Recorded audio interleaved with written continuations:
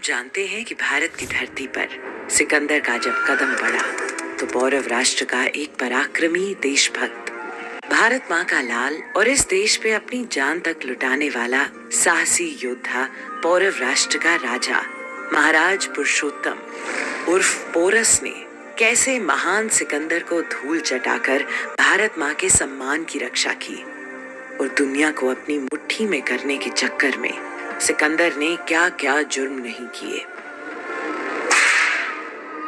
मारो इन्हें हेफिस्टियन, इन्हें तब तक मारते रहो जब तक ये सांसें लेना बंद नहीं कर देते। जीतने के बाद अब आखिरी और अगला निशाना है मेरा वो टुकड़ों में बटा देश भारत। आ रहा हूं भारत, तुम्हें अपनी जीत का अगला और आखिरी हिस्सा बनाने। पर सिकंदर को क्या पता था कि भारत माँ का पुत्र पोरस उसका ये सपना तोड़ेगा।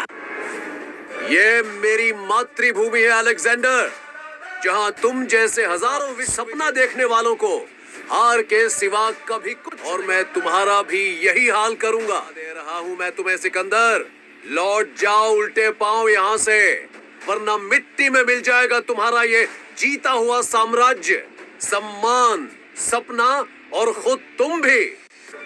महाराज पोरस की ये एक दहाड़ मात्र आखिर कैसे दुनिया को जीतने वाले अलेक्जेंडर द ग्रेट को दोबारा भारत पर आंख नहीं उठाने दी। बेशक पोरस और सिकंदर की लड़ाई के किस्से सुने गए हैं, मगर क्या आप जानते हैं कि भारत पे चढ़ाई करने के लिए अलेक्जेंडर को कितने साल लग गए और फिर भी क्यों वो कई कोशिशों के बाद जाकर भारत की सीमा को महज छू सका, और कैसे उसकी विशाल सेना के आगे अकेला पोरस और उसका एक हाथी ही, जिसके बाद उसे लौटना पड़ा और वो भी भयावह डर के साथ। अगर आप इन सब बातों से अभी तक अनजान हैं, तो ये कहानी आपके लिए ही है। आज इस कहानी में आप सिर्फ महान सिकंदर और पोरस की जंग के बारे में ही नहीं, बल्कि दोनों की ही जिंदगी के उन रहस्यों के बारे में जानेंगे जिन्हें कहीं भी आसानी से नहीं ढूंढा जा सकता। अलेक्जेंडर द ग्रेट यानी महान सिकंदर को लोग भले ही विश्व विजेता और एक पराक्रमी शासक के नजरिए से देखते हैं, मगर इन सब का इतिहास जो शायद खुद अलेक्जेंडर भी किसी को नहीं बताना चाहता था।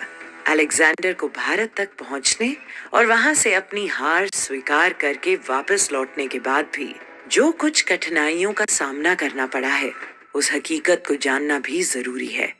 और उससे भी ज्यादा जरूरी है वो 3 संदेश जो खुद मरते वक्त अलेक्जेंडर यानी महान सिकंदर पूरी दुनिया के लिए छोड़ गया, जिसे जान लेना हमारे लिए इसलिए जरूरी है क्योंकि यही वो सच्चाई है जिसके आगे सब कुछ फीका है। इसका अंत और उनके अंत की वजह के साथ साथ उनके बाद की कहानी भी आज आपका इंतजार कर रही है। अलेक्जेंडर की करारी हार से लेकर महाराज पोरस की जीत और महान चाणक्य खुद पोरस के पराक्रम से क्यों प्रभावित हुए, ये सब है आज की इस कहानी में। पोरस और सिकंदर की ये कहानी जीवन जीने और जीवन की सच्ची कड़वाहट को समझने के कई ऐसे पाठ को बेहद आसान भाषा में समझा सकती है, जो आज के इस दौर में बेहद पोरस और महान सिकंदर की कहानी। तो फिर देर क्यों करनी, चलिए सुनते हैं पराक्रमी देशभक्त माँ भारती के लाल पोरस की महान सिकंदर से युद्ध की कहानी।